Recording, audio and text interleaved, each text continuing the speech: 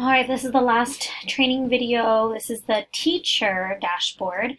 So basically these would be my courses. The teacher could see the different courses that he or she is instructing. The part that the demo does into, and I really wanted to see what that looks like, is the actual grading portion. So from my last video, I had the student Donald Duck sent a homework assignment. So I want to grade that assignment. So here's Donald Duck. I click his name. It does show that something was submitted for that assignment, but I can't quite download it. But if I were to go to my email, that student does come up that he submitted something, Donald Duck, right here. So it looks like I have to go look at the PDF, see what he wrote, which it was very short, two little answers right here. But then the part that after reviewing and looking at his work, where do I put the grade? And that's the part that I'm pretty sure the demo maybe isn't quite showing, is how to grade that particular assignment. Something I did find that I thought was helpful is for course settings. I know I was telling about the quizzes being different versions. Well, yes, in the sense that it's randomized question order. So that might be helpful to minimize students saying, oh yeah, question number 2 is actually B, whereas somebody else's version, it will be different. It will make cheating a little bit harder, which is good. You can even not allow answer review. If we feel like students may be prompted to want to cheat, maybe at a certain time when all grades, everyone has submitted their quiz, maybe then release the answers, which I think will give teacher the more power. And then there's a few more. You can look at discussions and grade, or at least look at the discussion and what that looks like.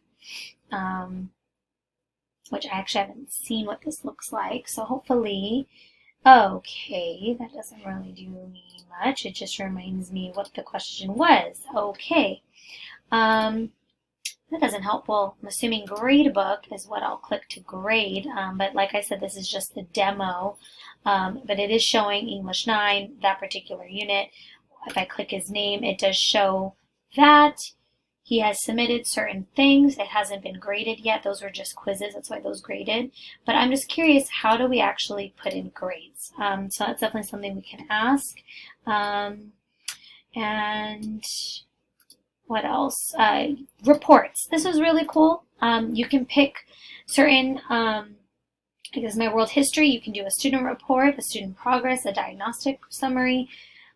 There's lots and lots of different ways to see how students are doing.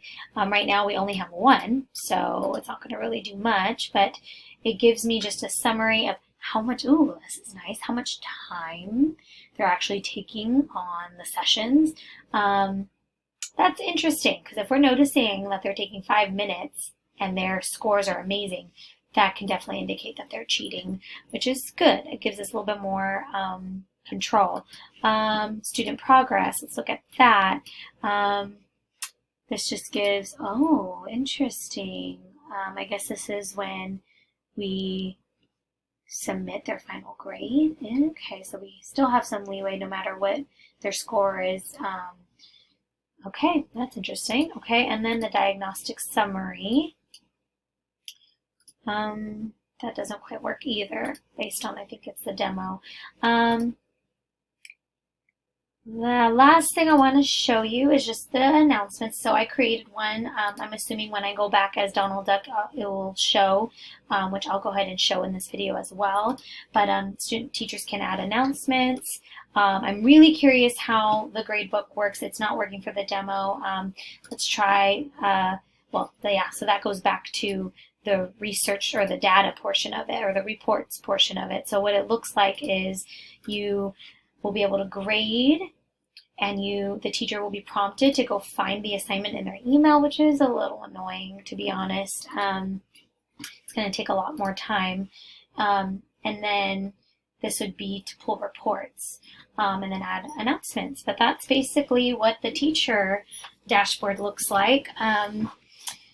I think, you know, getting kind of a good experience and snapshot of what's available is great, but I do feel the submitting outside work is just an extra step that may be a little bit more difficult. I wish they could do it could be within the course, but the student will just have to really pay attention, make sure they're submitting the correct assignment. All right, and I think I'll end it there. Or actually, before I end it, I'm going to go ahead and go to the student version to see if that particular post did pop up on the dashboard. And oh, yeah, yes it did. So if I were to click it as a student, it's going to show that the instructor said, created a reminder, make sure to do your homework. So that's okay. So communication works good.